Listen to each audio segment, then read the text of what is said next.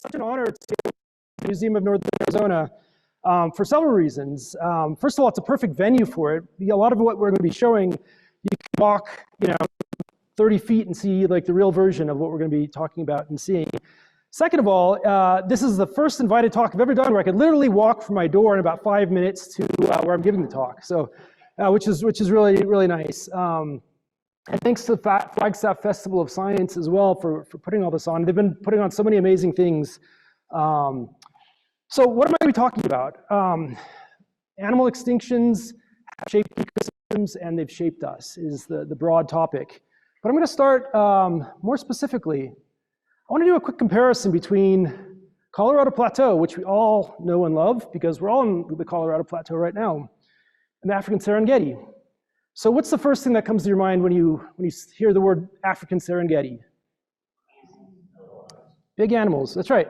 And so interestingly, we could do the community zeitgeist of what this is by what's the first image that pops up on Google Images. And so this is Colorado Plateau. Of course, it's much more diverse than that, as we all know. This is the Serengeti. But I'm going to tell you that, when the first people arrived here, in some ways, Colorado Plateau is even more diverse and should be more well known for its large animals. So for instance, here we have the African bush elephant, which you all know and love. Here's the Colombian mammoth, which was endemic to the area. Most people know this. Fewer people know when you get the robustness and size of a rhino, the Harlan ground sloth. So this was a massive relative of the three-toed sloth. So quite different from its current relatives, but very big, robust, and ecologically very similar. So I'm pointing these out because they're functionally equivalent to these African savanna animals. Of course, there's the Shasta ground sloth as well. So that's a whole other, slightly smaller, but still enormous to our eyes. Several species of camels, which kind of ecologically are, in some sense similar to giraffe, including this, I think the giant Nebraska camel that were native to the Colorado Plateau. You had many equids, so like zebras, you had many horses that actually evolved in the Americas. It's a little unclear exactly how many species there are. And I should say, another reason it's not to be here is because a lot of the fundamental paleontological knowledge that was developed was right here at Museum of Northern Arizona by paleontologists like Dave Gillette and others.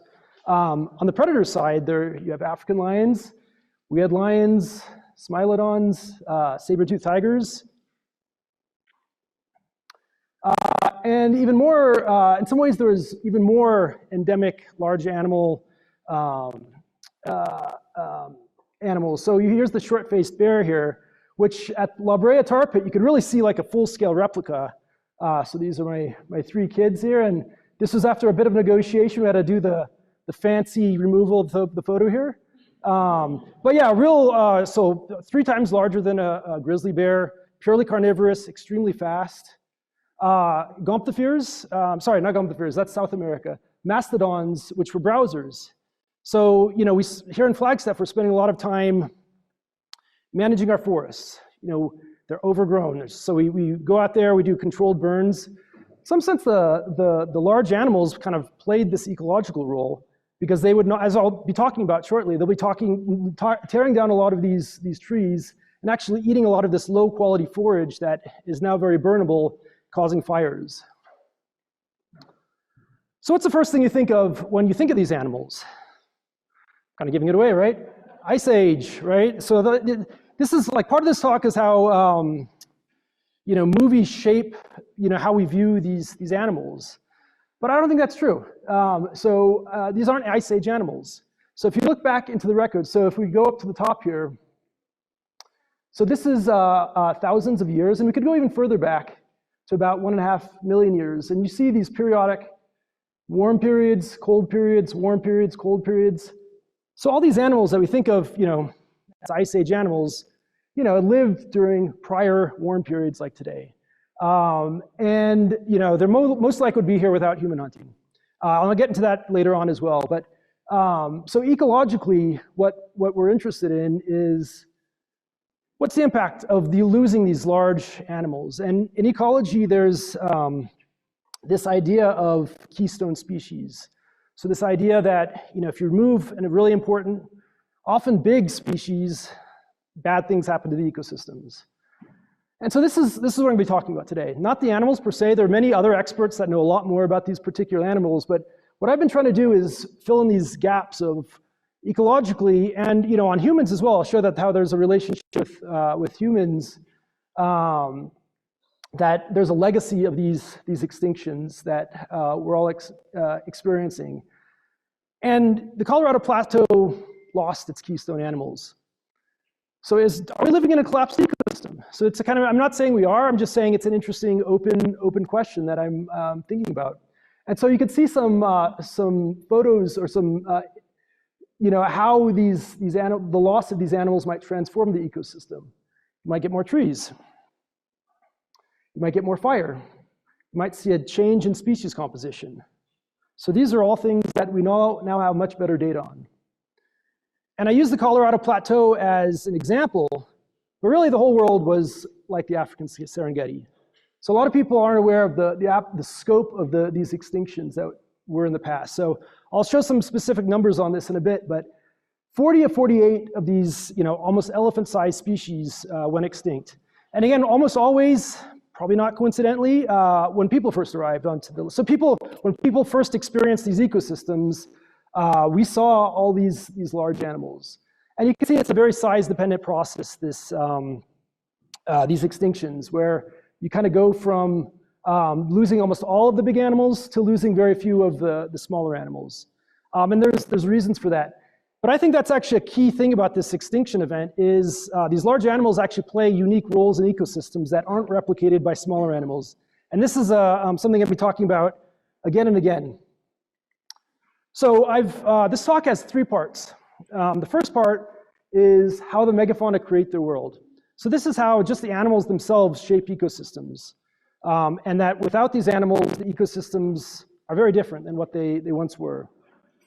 Part 2 is going to be about how these animals actually shaped ourselves in a lot of ways, both evolutionarily and culturally.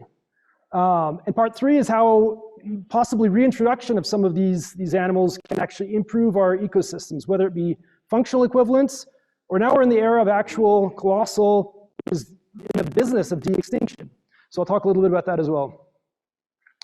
So first of all, these animals were the planet's nutrient arteries.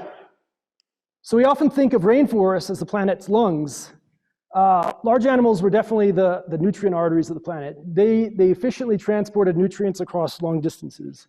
And so here's an interesting example. So here's a salmon, and of course salmon breed in the ocean, and they spent lots of effort swimming upstream to breed where they were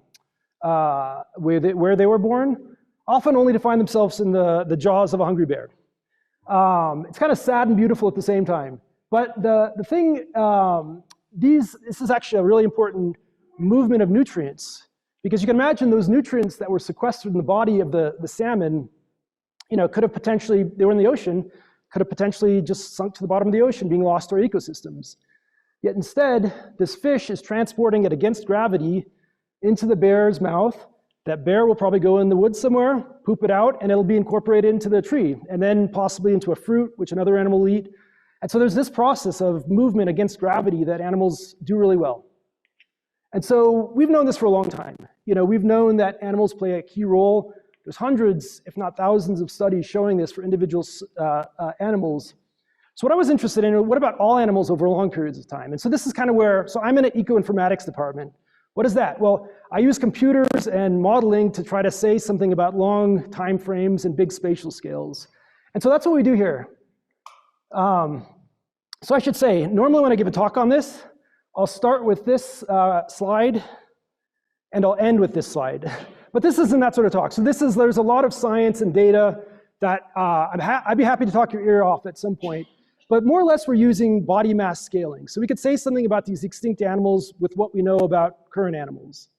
And the key things to note here are, with all this data that we put together, large animals are disproportionately important for the spread of nutrients. So what that means is their ecological roles can't be replaced by a bunch of smaller animals that we have now in our ecosystems. The other key thing to note, so basically in these models that I developed, I put these large animals back in the ecosystems and I try to say, what is nutrient movement doing? And so by nutrient movement, it's basically either through their dung or their bodies. But that's a key thing, distributing away from concentration gradients. And I'll talk a little bit more about that in a second. But broadly speaking, if you put these large animals, which are disproportionately important, and when you remember, we lost 40 of 48 of the largest animals. And in the Americas, it's even more drastic. So we lost basically all 24 of the prior animals that were called the mega herbivores. They're larger than 1,000 kilograms. So if you combine these two things together, we kind of go from a red earth to a blue earth. Oops, and what does that actually mean? So that means there's a 2 order of magnitude change in how animals were able to distribute nutrients across the landscape. When you had all these large animals, like mammoths, like gomphotheres, like giant ground sloths, and there's regionally specific differences as well. So first thing to note, there's some areas where we still have a lot of the original nutrient capacity. Well, that's not coincidentally where we still have, African elephants, forest elephants, because they're just so proportionally important for this spread of nutrients. Another thing to note is some ecosystems have really changed. So, like if we look at South America, there used to be massive big animals. In fact, we think of Africa as the continent of big animals. Really, you just go back 12,000 years ago, again, when people first arrived, South America was the land of the big animals. There's much more bigger, more diverse species. Of course, now they're all gone. And so when you go from the nutrient distribution aspect, it's not 1 order of magnitude, it's not 2, it's not 3, it's 4 order of magnitude change. So we're not talking small impacts here. These are really, they basically really move nutrients efficiently across the landscape. So what does that actually mean? So I should also say, I kind of jump over vast regions of space and time in this talk. So I'll try to slow down because I'm very used to this stuff, but I realize, so now we're in the Colorado Plateau, we're going to South America. So this is kind of a poor representation of the Amazon basin. So think of the Andes Mountains over here. So, how do these really old soils in the Amazon get their nutrients? And it's relevant because these are the most productive biodiverse places on the planet. But they're also the oldest soils because they didn't have great glaciers to come through and scrape away, forming new soils. Basically what happens is you have the Andes Mountains, which is fresh rock, so mountains are new rock, and you have water interacting with that rock and getting into the Amazon basin. So that's kind of what we see here. So you have the Andes, and these red marks are kind of representative of the floodplains. So the Amazon is a massive river with natural floodplains. So the question is, how does it get out of those floodplains? So that's where it get the elements. Well, a big answer is through animals. Animals eat in the floodplains, and they, again, either die or poop out, and that's rapidly incorporated into the plants. And, then the plants have more of these nutrients to spread further. So when we think about this process, again, this is current day. So basically, in the western Amazon, or the eastern Amazon, the nutrients aren't well distributed. In the eastern Amazon, this is like adding the big animals back in. So basically, we're saying they can impact nutrient distributions at a continental scale. Further, we could look at the time horizon here. So this is kind of looking at time 0 being the extinction period, the extinction event. What we think happened is, you start to see a decline as soon as you get the extinctions. But of course, ecosystems don't lose these nutrients very quickly. Like the plants really want them. They're going to hold on to these as much as they can. So it actually takes a long time for all these megafauna-derived nutrients to flush into the ocean. In fact, you can see here, so the black line is our current day. And so what I'm saying here is that even 12,000 years ago seems like eons ago to us mere mortals that don't live that long. But from an ecosystem standpoint, we haven't even seen the full impact of these extinctions on nutrient availability. In fact, it could take up to 30,000 years to get all the megafauna-derived nutrients flushed out of the Amazon basin. So in some sense, we already have what I call a megafauna nutrient subsidy, which I'll talk more about later on.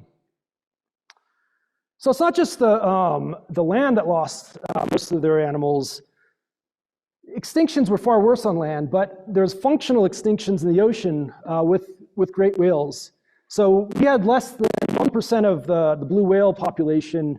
They're slightly, the numbers are slightly expanding now, but still, and whales actually play a really interesting role that's unique to them in the oceans, that they feed at depths and basically defecate in the surface water, which means they're moving against gravity, all these elements, which again is this really important process that we kind of showed pictorially with the grizzly bear eating the salmon.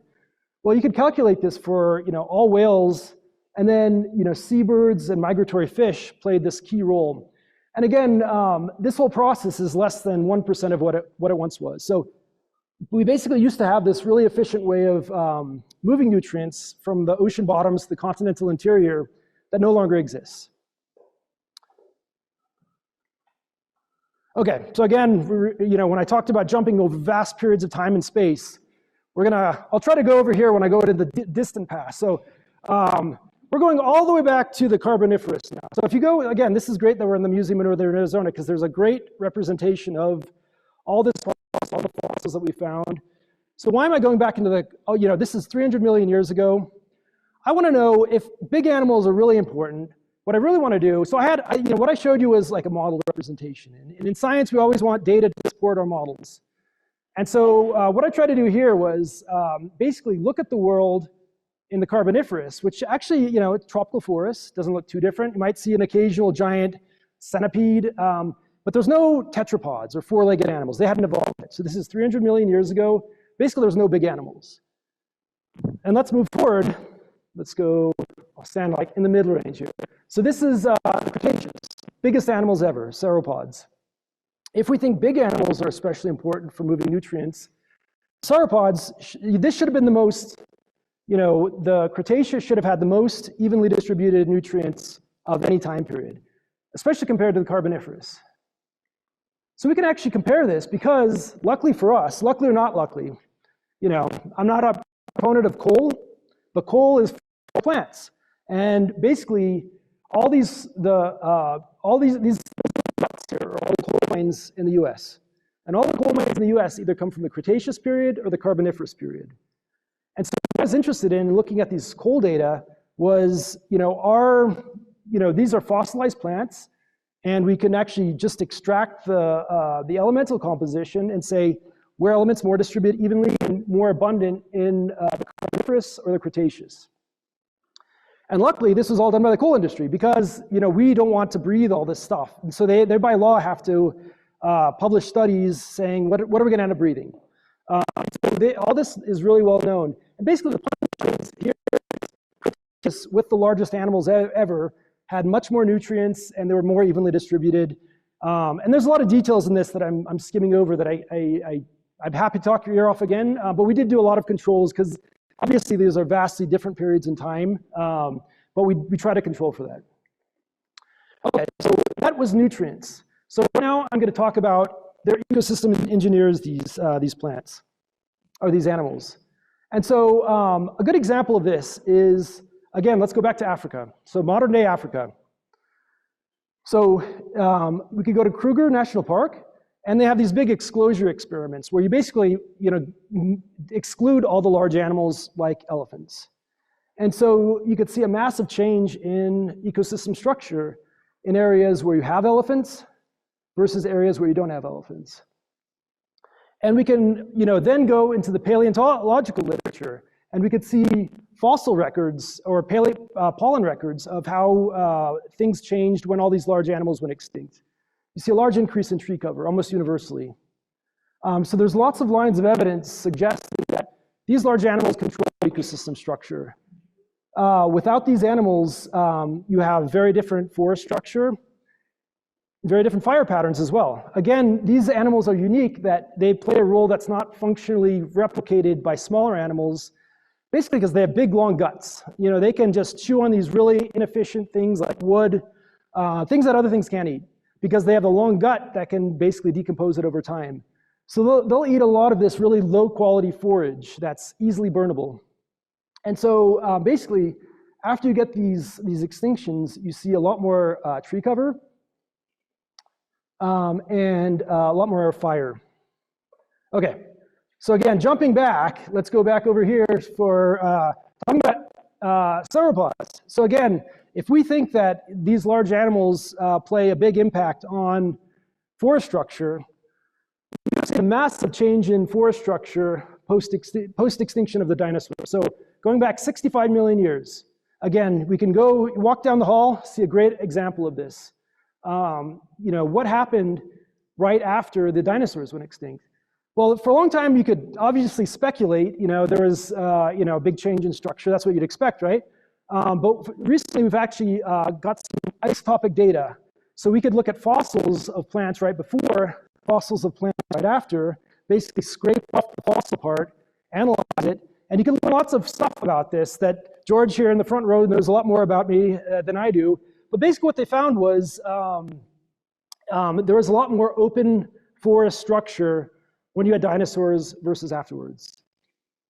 So what's the point? Why does this matter at all? Why do we care about this? Well, it's basically led to direct evolution of us. Well, really closer to our primate ancestors. So, and again, this is a little bit hand wavy. Like it's hard to basically we put this into a model we can say this in model world, in other words. But we have a lot of empirical data suggesting that this is the case. So what do we think happened? Dino extinctions. That led to very thick forests. So basically there's nothing to knock down these trees. So it got really dark in the understory. Again, most of the world at this point was like a tropical forest. It was very wet, very warm, lots of growth. So it got super dark in the understory in a way that these plants weren't used to.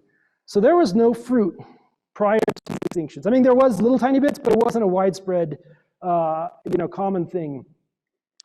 Right after the Cretaceous, you could see this enormous increase in seed size. So basically, seeds were very tiny throughout the Cretaceous, then they grew bigger. Why? Because the understory was so dark that small seeds couldn't cut it. They didn't have enough energy to grow into a plant that could survive. So evolutionarily, the seeds got bigger because they needed that energy. So you also needed, big seeds need animals to move them. Although you can't just sit at the bottom of your mother tree, you need to be moved around. So you get in the Cenozoic, which is the period since the dinosaurs, you get this basically creation of this whole new ecology based around fruit. So basically, big seeds get bigger. They need fruit to basically bribe animals to move them around. And some of the best, the animals that evolved were primates and basically us later on. Things, basically stemming from the fact that these animals were ecosystem engineers. They played a role in climate stabilization. So this is a really interesting, I guess this is still more of a debate. I think everything I've presented thus far is pretty solid. But again, when we say that there was large changes in tree cover, this was pretty much globally. And so globally, there was a big increase in tree cover. Of course, we know trees impact climate. They impact climate in a kind of a weird way, though. Like they sequester carbon, and this is why we want to plant trees. But we basically want to plant trees in areas like the tropics or temperate areas like this, where there's not a lot of snow on the ground. Trees actually aren't really helpful against climate change in places like Siberia, because they're a dark surface above a bright surface. So, if you have a bunch of trees in Siberia, you're actually darkening that surface and warming it. And because basically because you're masking out the bright snow with the dark leaves. And so you can actually model this, and you could say, well, what was the impact of mammoth extinctions in Siberia and all these other ones? And basically it was, on average, a large heating event in high latitudes like Siberia. And so what does this matter? Well, there's an interesting debate on what shapes the length of particular ice ages and interglacial periods. So we know what starts them. There's Milankovitch cycles, there's orbital parameters. We don't really know what ends them. Like, why does one interglacial period last a certain length of time versus another one? Well, there's some scientists that are actually debating on, why has our interglacial period lasted as long as it has? And there's some evidence that it was actually the extinction of the mammoths that led to a warming that actually could have, increased the length of our interglacial period. So again, interesting. It's kind of hand wavy, but it's another area of science to look into. So these large animals are mega gardeners. So in other words, they play key roles in moving fruits around. and creating the diversity of our planet. So you could see this in African ecosystems. So in areas where forest elephants are abundant, you get lots of basically more diversity of tree species. They're more evenly distributed, and they basically carry these large seeded fruits. And so we've known this for a long time. So what about all the fruits that developed in the Americas? So think about the avocado. Remember, seeds want to be swallowed. Raise your hand if you think you could swallow an avocado seed. You can't, right? And we're pretty big. We're megafauna. We're large animals. These basically co-evolved with all these now extinct animals, and there's lots of examples of this. So in fact, a study found 103 different tropical species. This is just South America that co-evolved with these seeds. So basically, they kind of led to a lot of the diversity that we have here. And of course, since these animals' extinctions, some of these seeds have done really well. So like chocolate is another one that's co-evolved with megafauna likely, avocados, because we're the new megafauna. We're dispersing them, we're planting them. A lot of these others were basically replaced with more weedy species. And by weedy species, I mean wind dispersed, that hold less carbon. So actually during this whole process, the tropical forests actually lost a lot of their carbon because of this. And so it also led to a lot of the defenses that we see. In fact, there was a great exhibit on this just right here in the Museum of Northern Arizona, focusing on the Southwest and all these, some of the plant species that co-evolved with these now extinct ones. So devil's claw is a common one that you'll see, or it'll see you and cling onto your leg. If you ever get one of these giant spikes in your leg and think, what is this thing doing? Well, it really wants to be on the back of a ground sloth, and you just happen to get in the way. But these are some examples of this here. If you go to the tropics, there's a lot of trees with big spikes on them. So what's going on here? Well, all these tree species co-evolved with these large animals because these were the ones that were really causing the damage. So they really wanted to, try to get rid of, what can they do to defend against them? And so here we're looking at South America, and the number one way you could do it if you're in a wet ecosystem is just grow super fast. Just give up on trying to any sort of other sort of defense. If you grow fast enough, you're going to get even above the range of some of these bigger animals. So that's representing the green super wet areas. Other areas where it's a little bit drier, you have more nutrient poor and more nutrient rich. And so one of the things this study found was you get super bendy branches. So wood density is actually a good way, because if you think about it, if you're trying to grab a branch, you don't want it to break off easily. You want to really make that animal struggle for it. So actually, a lot of the defenses in this part of the world are kind of like wood density, bendy branches. And finally, where you get a lot of nutrients, you have more scope for physical defenses like spikes and spines and things like that. So that kind of is representative of this bottom part here. So a lot of our ecosystems have basically, the defenses are anachronistic, meaning they were evolved for this period of life that doesn't really exist anymore. Of course, here we have the pronghorn. And as we know, the pronghorn, and most of us know, it's the second fastest animal on Earth. Has some of the biggest eyes. Its eyes are as big as a horse. It's perfectly evolved for lots of things that could chase it that are no longer around. So, some of the area, some of the predators around here prior to these extinctions were, some of the most dangerous. And so, now these animals and plants are, in a sense, overbuilt. So over time, things will, the ecosystems will respond to that and evolve, but it'll take a long time. Okay, so let me see how I'm doing on time. I'm a little bit behind, but so how megafauna created humanity. So, what I'm going to talk about next is this interesting co-evolution of megafauna. So of course, we go back to Africa where we evolved. So this is Lucy. Okay, now we're going back 3 million years ago. So let's see, I'll be in the middle here. Okay, so Lucy, basically our ancestor from 3 million years ago, had an ecology much like a chimpanzee. So small brain, upright nature. How on earth did she survive out there? I mean, it'd be hard for me to imagine without, weapons surviving out there. And how did this affect us? And so during this really vulnerable period. So this is Ruz, a former PhD student of mine that did some really cool work in South Africa which is one of these places considered the cradle of humanity. And what he did was basically, he worked in this private game reserve that had, half of it had lions and half of it didn't. And he put out these things like salt licks, and it's basically resources. You could say, basically how do these animals get the resources that they want? And so here's a bit of a camera trap video, and let's be really quiet because this is amazing sounds right now.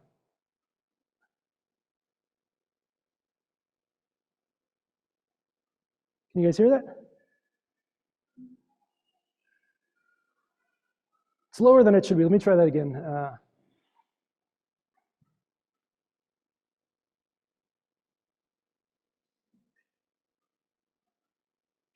Can you guys hear that? I don't know. I can hear it here. But it's the most un-rhino sound like you'd ever imagine. It's like a little high-pitched squeal. Anyways, there's no reason. I didn't have to show that, but it's just I couldn't believe that they make those sounds. But anyway, so what the study was he just monitored how do these animals interact with resources.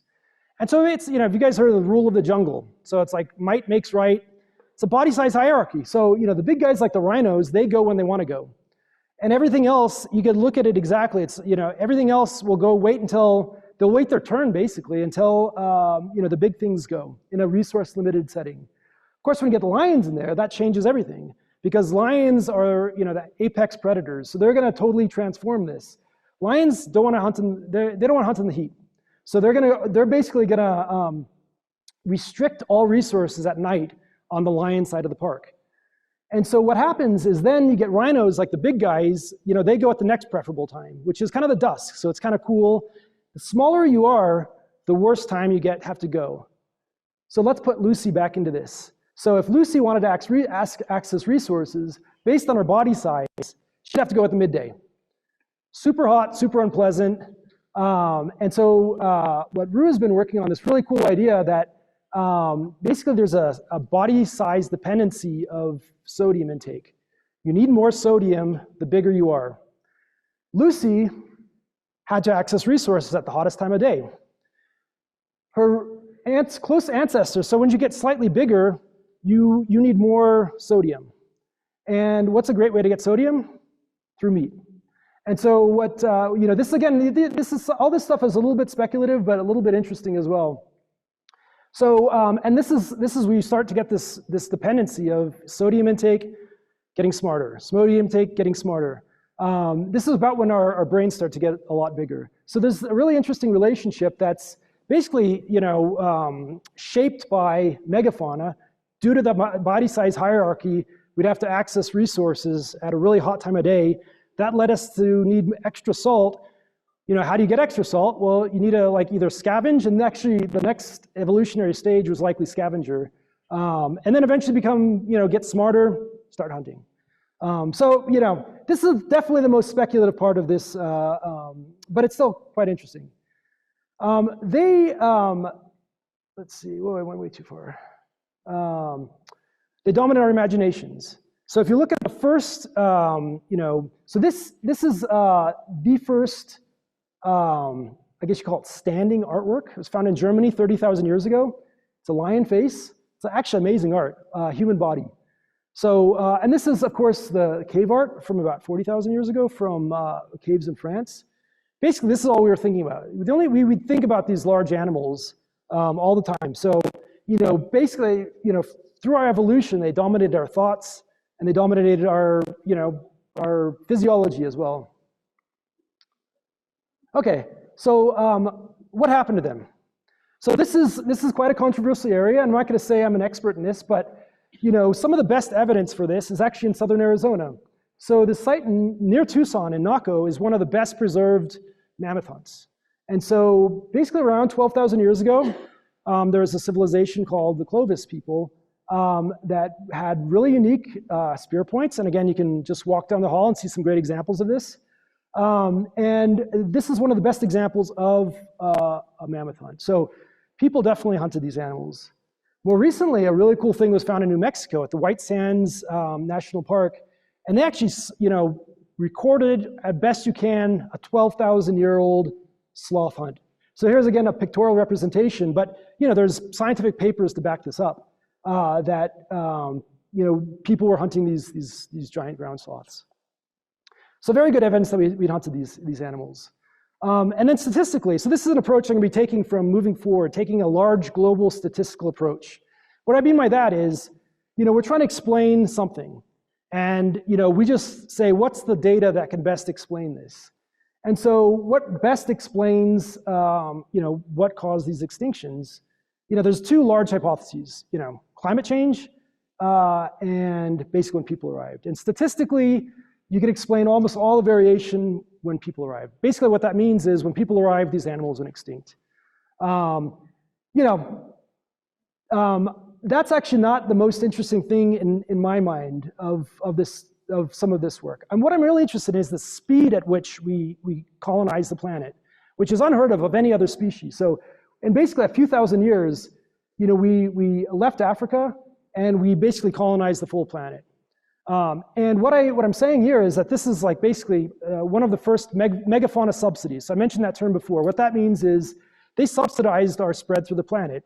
Basically, we ate them, is an easy way of putting it. And this has a lot of interesting implications that I'll get to in a second. Let's see here. So let's just assume that's right. We are able to spread through the planet by eating these animals. Well, what normally happens to a species when your prey goes extinct?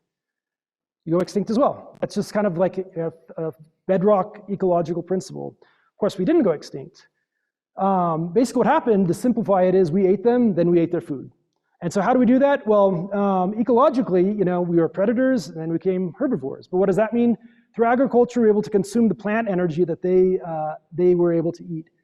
And so, one way we actually, so the obvious thing is, well, when all these big animals went extinct, didn't all the small ones just become more abundant and eat a bunch of their food?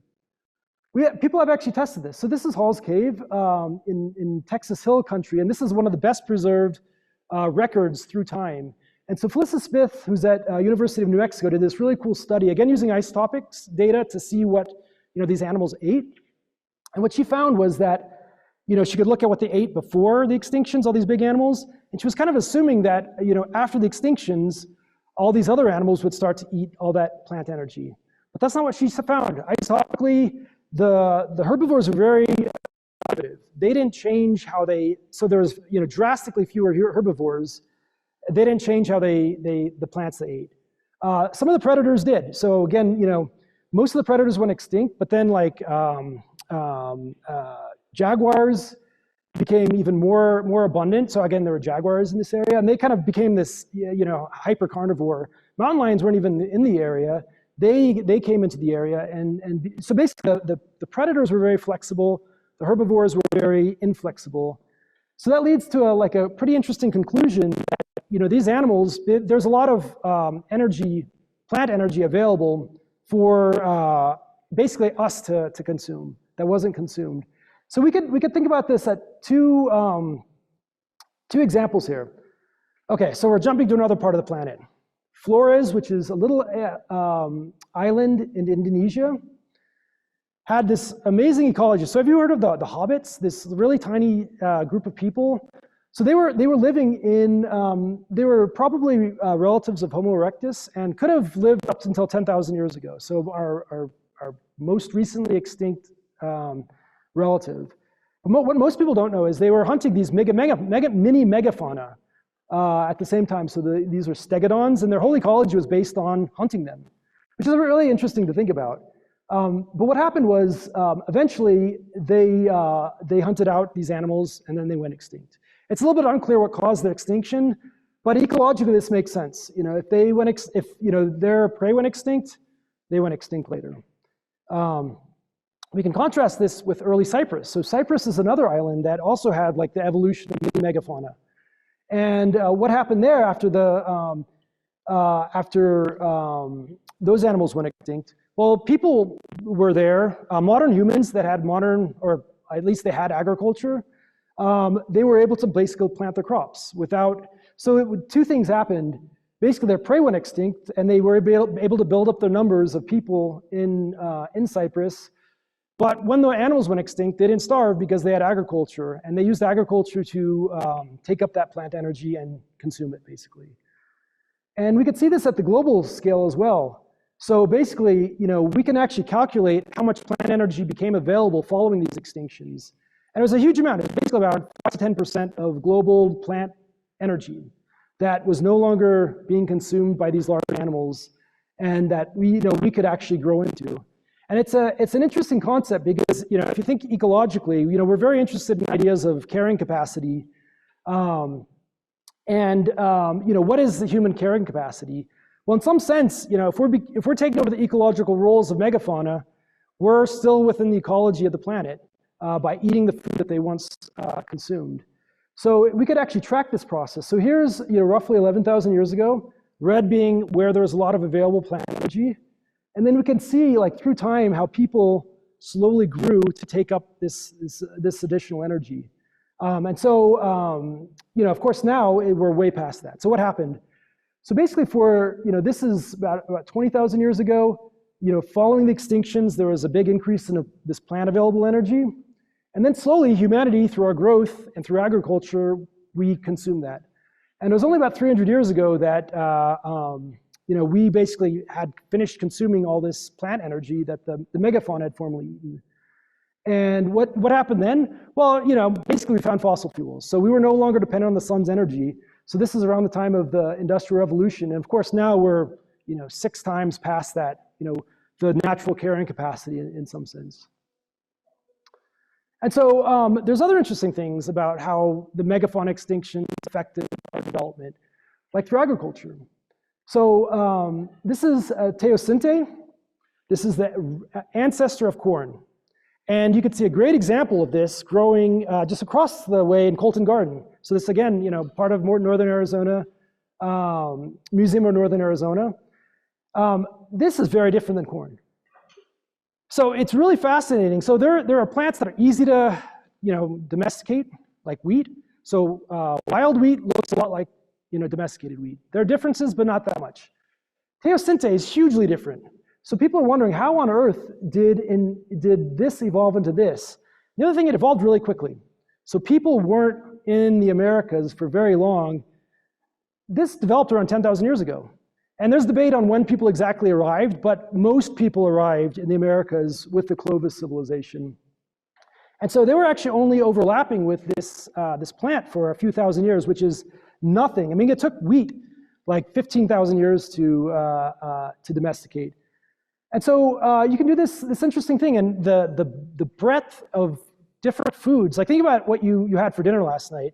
Almost certainly a lot of it came from the Americas. It was domesticated here. Peanuts, quinoa, squash, the Three Sisters, corn, all these things. There's, on an area basis, things evolved extremely quickly in the Americas, or not evolved, were domesticated extremely quickly in the Americas. And so what can explain that? Well, so a lot of agriculture started around 10,000 years ago. Why was it 10,000 years ago versus 200,000 years ago when people became cognitively modern? Part of it is climate. We got a stability of the Holocene. But again, if you statistically just try to say, well, what's the explanatory variable that can explain why you get some of these plants evolved or domesticated so quickly, it's highly correlated with where these megafauna went extinct. A simple way of saying this is, if you have a gomphotherium in your garden, it's really hard to grow crops. So gomphotherium is like a type of elephant. So if you have large animals, you're not going to control the genetics of your plants. So there's a lot of reasons why it's easier to domesticate crops if you don't have these big animals. And statistically, there's a strong correlation. So why did so many crops evolve so quickly in the Americas compared to the rest of the world? Probably because of these 26 large animals that went extinct. And again, this is a counterfactual scenario, but it's hard to think of teosinte evolving or domesticated into corn if you still had these 26 elephant-sized animals in the Americas. Okay, moving on. So another interesting thing is the development of civilization. So why did we urbanize when and where we did? So again, moving to a completely different part of the world, let's move to southwestern Egypt. So this is Egypt. So this is like an extremely dry, arid part of the planet right now. So why are we talking about this?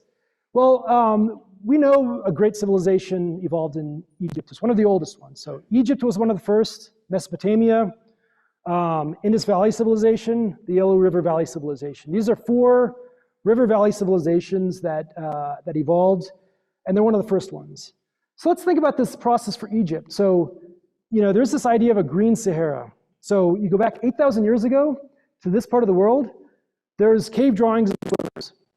This is crazy to think about because this is just bone dry, way drier than any part of the Americas or any part of like this area of the world right now. It used to be super wet. So it was really wet, and basically you had all the traditional megafauna, lions, elephants, giraffes, all through this area. Then for climate reasons, it got dry, and they were all forced into the Nile.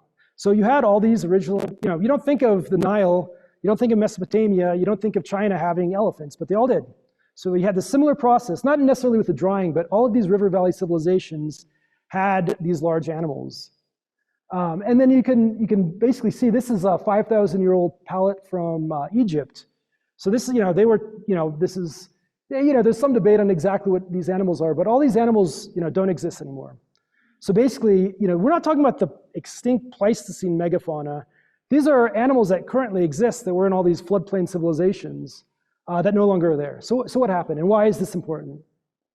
Well, as we learned in the beginning, floodplains are really important for animals moving nutrients away from them. So they're concentrated sources of nutrients. And if you want to get nutrients outside of that floodplain, you need these big animals. And so, but what happened to all these big animals? Well, here's a hieroglyphic of basically the pharaoh of Egypt visited the king of Mesopotamia, and they hunted 120 elephants. And this is in current day Iraq. So, there was a lot of big animals there that were really efficient at moving nutrients. They were all killed off, not too soon after you start building up populations. And of course, what's this process? Well, you had these animals that were moving nutrients out of the floodplain. They go extinct, locally extinct. That process stops. So you no longer have these animals moving nutrients. These early people had no concept of fertilization. They didn't add fertilizer to their soil. They were just dependent on the natural soils. So eventually, after these animals went extinct, basically the megafauna subsidy declined. So you have all these farms outside of the floodplain that would suddenly become infertile. Where do those people go? They go into the floodplain, into these cities. And so, you could say this is a potential contributing factor to these formation of cities. And, we put this in a model. So again, this is a little bit speculative, again, in model world, so you can take from it what you will, but it all makes sense. Okay, I know I'm doing a lot in a little bit of time, and I'm running short on time here, but, disease. There was a big impact on disease formation as well. So by disease, I mean like zoonotic, which is animal-driven infectious disease. So infectious disease is a kind of weird phenomena, especially if it kills the host. So an infectious disease that kills the host is maladaptive. That kill their hosts. Well, another thing that's been found is emergent disease increases with ecosystem disruption. So we have these massive disruptions, ecological disruptions. You tend to get more emergent disease popping out of nature. And so the third fact, megafauna extinctions were one of the largest ecosystem disruptions of the past million years. So the question was, did extinctions increase zoonotic disease? And again, you could take a statistical approach to this. So you could just say, well, where did all these diseases pop out of nature? And can you explain it by where these animals went extinct? And it turns out you can. It's one of many variables that can explain it. And basically, why does this happen? What's the mechanism? Well, you can imagine you have these large animals that are evenly distributing ticks and ectoparasites. They go extinct. Suddenly, the disease formation process is a lot more regional. So on either end of the former home range, they're no longer interacting. And so over 10,000 years, you're going to get speciation of pathogens. Finally, you get people with their domestic animals coming back in, and that's going to cause a problem. Basically, domestic animals have very weak immune systems. So all these now speciated pathogens can jump back into our domesticated animals and potentially affect humans. Okay, so the third part. So I know I'm going quickly, and I'm happy to answer any questions or stick around after this, but how can megafauna save our future? And so this is getting into a bit more controversial area. So this is Eric Lundgren, who's done a lot of groundbreaking work on this. And so he had a science paper, which is kind of one of the preeminent scientific journals recently, basically showing that feral donkeys in the West play an important ecological service because they dig wells. And this is actually replicating an ecological service that was performed by mammoths in the past. So if you go to some of those old, like the Naco site in southern Arizona, you can see evidence of the well digging by mammoths. So basically, there used to be well diggers, and this basically gives access in these dry lands, a lot more access of water to different animals. That's now being replicated by equids, feral horses and donkeys. Of course, they're not native.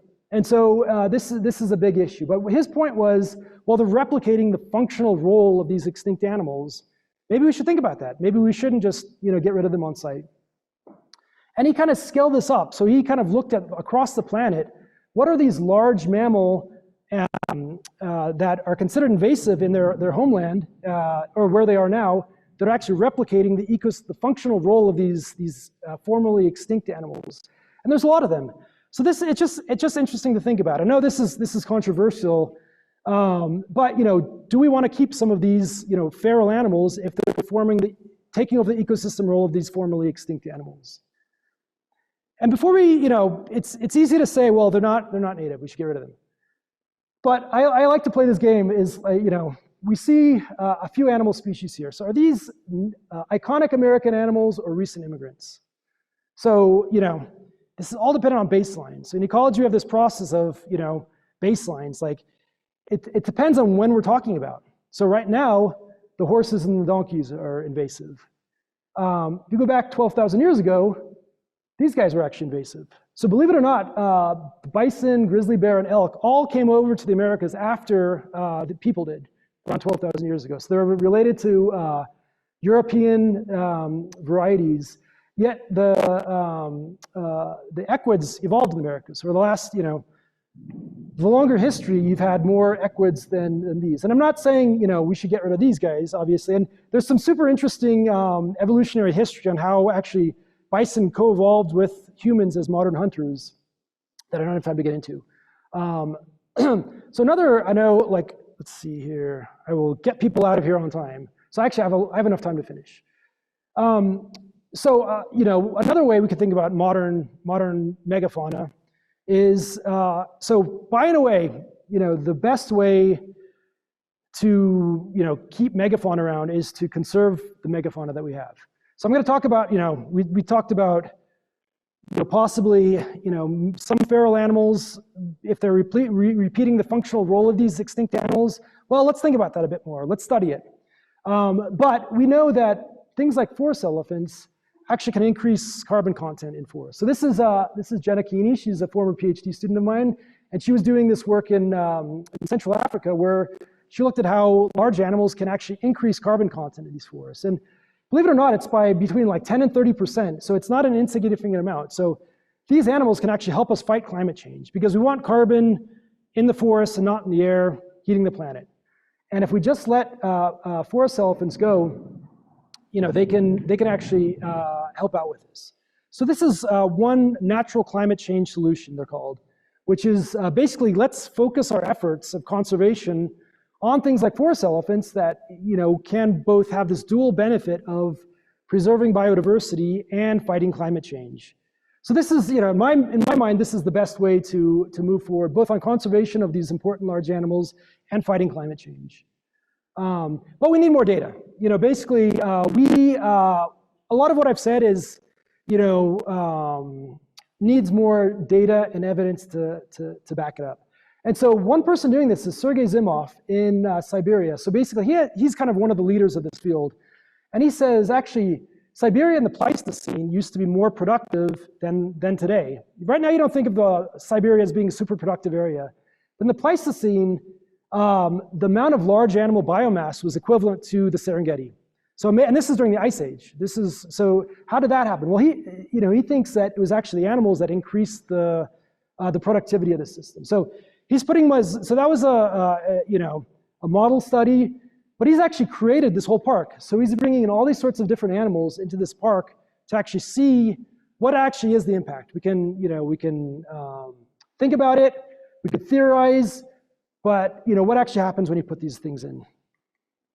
So even the most controversial thing, you guys have probably already all heard about, Colossal is a company now that's dedicated to the de-extinction of these animals.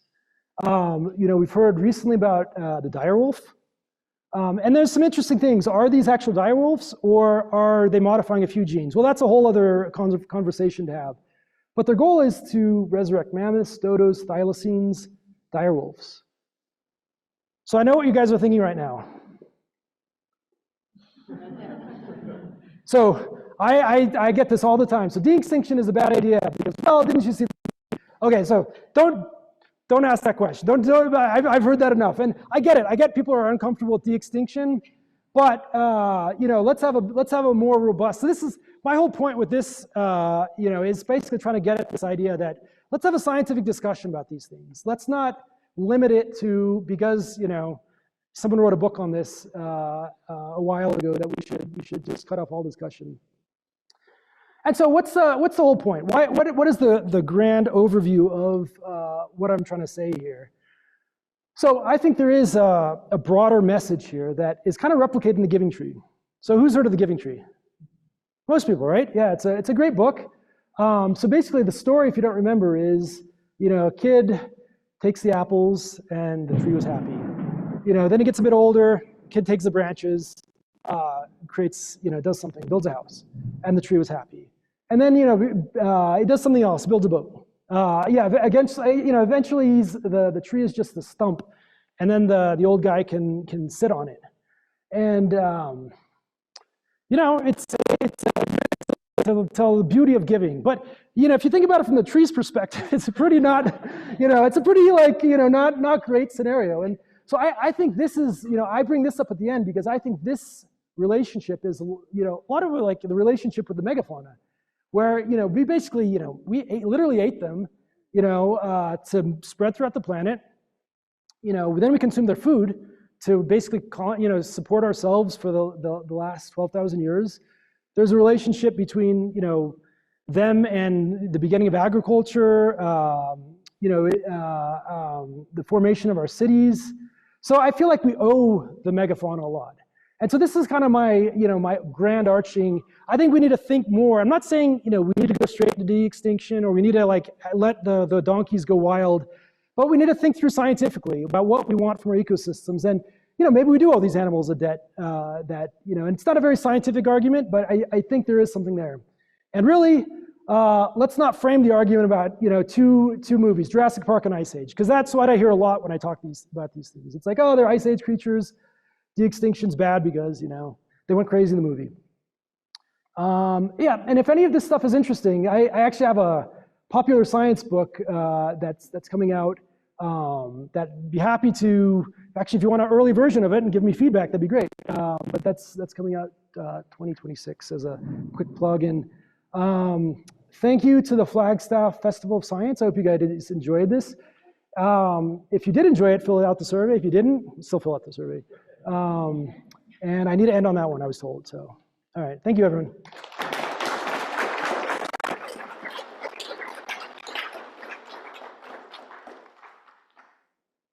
So I think we have, feel free to go. We have time for a few questions, and I've been told there's nothing after this. So if you want to stick around and talk more, I can stick around.